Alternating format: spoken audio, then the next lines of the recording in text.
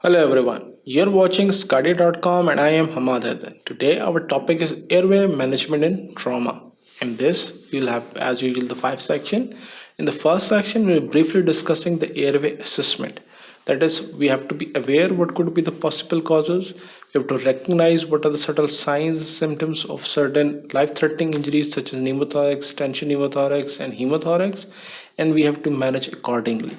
In the second section, will be moving on the ATLS guidelines. That first thing is the A, that is airway and the cervical spine.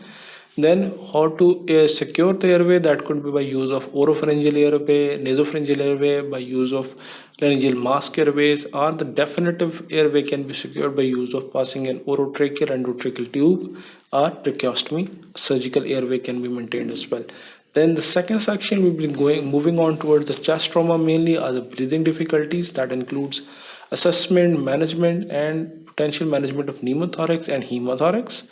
In the fourth section, we'll be continuing our discussion with the chest trauma and briefly discussing the management of the pulmonary contusions, flail chest, and disruption of tracheobronchial tree, and what are the most common complications of tracheobronchial tree injury. And then the last section, we'll be continuing our discussion of the chest trauma and discussing some other life-threatening injuries such as cardiac tamponade, tracheobronchial tree injuries, and traumatic aortic disruption. Thank you very much. Keep watching sqadia.com.